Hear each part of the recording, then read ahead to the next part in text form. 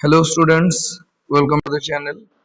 Today we are going to discuss about RD Sharma 3.4 of chapter Inverse Trigonometry Function. Okay? तो ये कोई कोई book में 4 point में दिया होगा, कोई कोई बुक में 5 पॉइंट में दिया होगा, पर चाहे किस में भी क्यों ना दे दो, ये 3.4 ही है, मतलब पॉइंट 4 में ही आएगा ये एक्सरसाइज। आते हैं क्वेश्चन में। तो पहला क्वेश्चन है फाइंड द प्रिंसिपल वैल्यू। हम पिछले क्लास किए थे, ये बड़ा छोटा एक्सरसाइज है।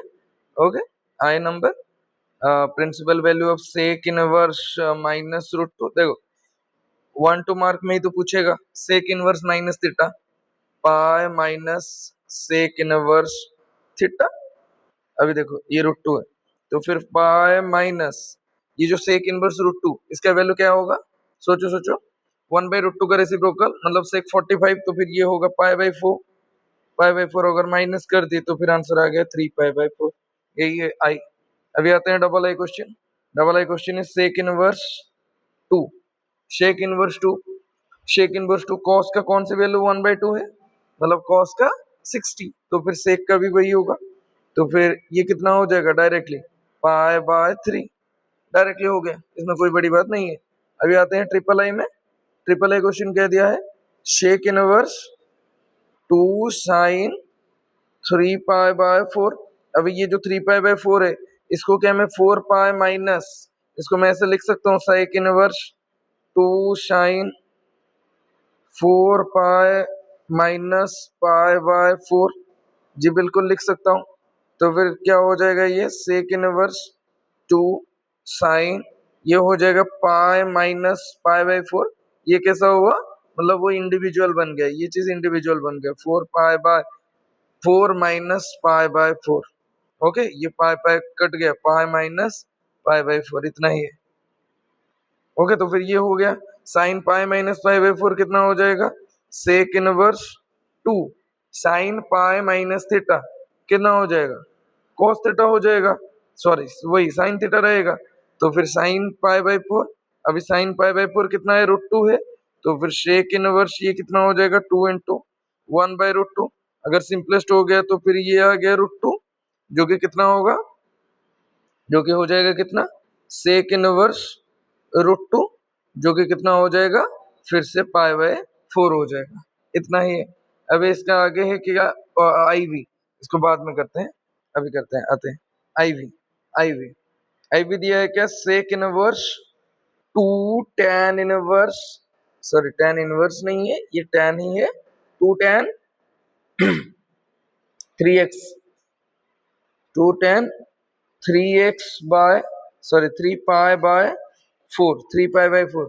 इसको मैं डायरेक्टली लिख सकता हूँ, 3 पाई/4 जो होगा वो 4 पाई माइनस पाई होगा। तो फिर मैं डायरेक्टली सेक इनवर्स, इसको मैं क्या कर लेता हूँ? 2 tan पाई माइनस पाई/4 कर रहा हूँ। कैसे किया? यहाँ पर जैसा हुआ, यहाँ पर जैसा हुआ, सेम टू सेम यहीं पे भी हुआ। क्लियर? जो कि कितना आया? Sec inverse 2 tan pi minus पाई/4, जो कि कितना होगा? -10 होगा। तो फिर इसका वैल्यू क्या आ जाएगा? इसका वैल्यू आ जाएगा 2 -tan पाई/4। जी बिल्कुल। तो फिर क्या ये हो जाएगा? सेक इनवर्स, शेक इनवर्स, देखो सेक इनवर्स से क्या बन जाएगा? 2 माइनस जाया जाएगा 2 इंटू tan पाई/4 कितना होगा? 1 ही है, 1, जो कि -2 है, मतलब पाई माइनस शेक इनवर्स कितना होगा? 2 होगा। क्यों? Sec inverse minus theta minus sec inverse theta, तो फिर पाई माइनस वही फिर से 1/2। सेक का कौन सी वैल्यू है? कॉस का कौन सी वैल्यू 1/2 है? 60। तो फिर ये सेक का भी 60 है, तो फिर पाई/3 है, मतलब 2 पाई/3, यही है प्रिंसिपल वैल्यू। क्लियर? अभी आते हैं नंबर 2 में। नंबर 2 क्या दिया है? नंबर 2 दिया है फाइंड द प्रिंसिपल वैल्यू। इसको अच्छे से देखना, किसका प्रिंसिपल वैल्यू पूछा है? tan inverse √3 minus shake inverse -2। अभी देखो tan इनवर्स √3, डायरेक्टली हमें पता है tan कौन सी वैल्यू √3 है? tan का कौन सी वैल्यू √3 है? tan का 60। tan का 60, मतलब ये होगा पाई बाय 3 होगा, minus sec inverse minus root 2, फिर से हो जाएगा वो पाई माइनस सेक इनवर्स 2। और अभी अभी हम किए हैं, सेक इनवर्स 2 का वैल्यू क्या होगा, pi by 3 minus pi plus sec inverse 2। Sec inverse 2 क्या होगा, देखो सेक इनवर्स 2 क्या होगा, pi by 6, pi by 3, pi by 3 होगा, तो फिर आंसर आया पाई बाय 3, तो फिर प्लस पाई बाय 3 जो कि होगा 2 पाई बाय 3 माइनस पाई, इसका वैल्यू क्या होगा, देखो इसका वैल्यू क्या होगा, इसका वैल्यू क्या होगा, इसका वैल्यू होगा 3 पाई माइनस पाई बाय 3, इतना ही होगा। क्लियर, इतना ही होगा। ठीक है, ठीक है, कोई बात नहीं। क्लियर हो गया। नेक्स्ट डबल आई में आते हैं। डबल आई जो दिया गया है, sine inverse minus root 3 by 2 minus 2 sec inverse 2 tan pi by 6।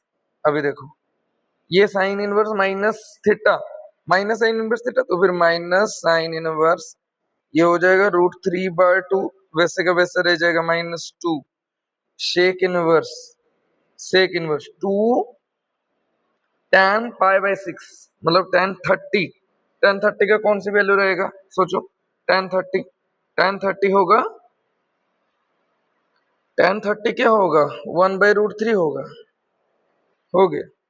तो फिर माइनस साइन रूट 3 बाय 2 60, मतलब पाई बाय 3 माइनस 2 सेक, ये कितना हो जाएगा, sec root 3 by sec 2 by root 3 जो कि cos 30 2 बाय रूट 3, तो फिर सेक 30 cos 30 रूट 3 बाय 2, तो फिर सेक 30 2 बाय रूट 3 तो फिर ये 30 होगा, मतलब ये फिर से क्या हो जाएगा, पाई बाय 6 हो जाएगा, तो फिर कटा 3, मतलब आंसर है माइनस पाई बाय 3 माइनस और एक पाई बाय 3 जो कि माइनस 2 पाई बाय 3, इतना ही है, इतना ही है।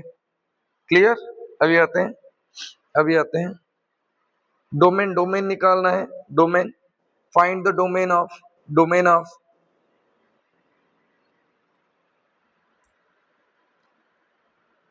Question number 3, find the domain domain किसका निकालना है, सेक इनवर्स 3x माइनस 1। अभी देखो सेक इनवर्स का वैल्यूएशन कितने में आएगा, सेक का रेंज जो होगा इसके लिए डोमेन वही होगा, और सेक का रेंज क्या है, माइनस इन्फिनिटी टू, तो इसके लिए domain must be in between minus infinity to minus one और किसके बीच में रहेगा, 1 से लेकर इन्फिनिटी के बीच में रहेगा। अगर यही होगा वैल्यू तो फिर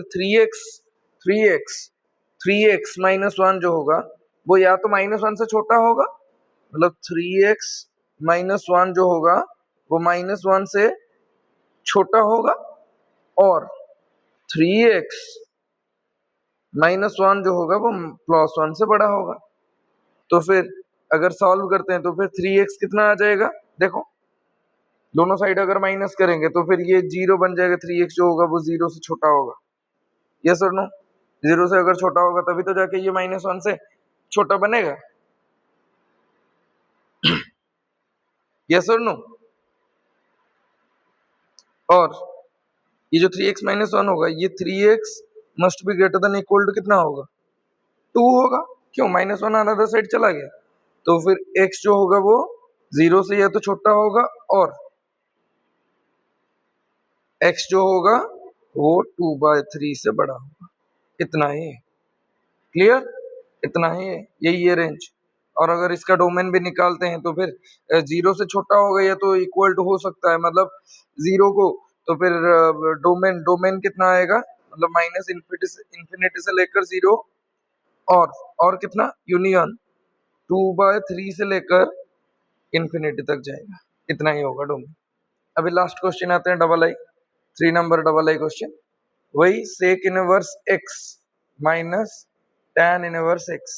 अभी देखो ये जो tan इनवर्स x का वैल्यू है ना, वो माइनस इंफिनिटी से लेकर प्लस इंफिनिटी तक कहीं पे भी हो सकता है। यस और नो? क्योंकि -1 का लोएस्ट वैल्यू कितना है, 0 से लेकर इंफिनिटी के बीच में। यस और नो? तो माइनस इंफिनिटी से प्लस इंफिनिटी कहीं पे भी हो सकता है।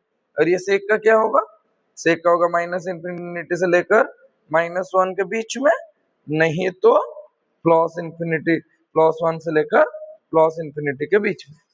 क्लियर?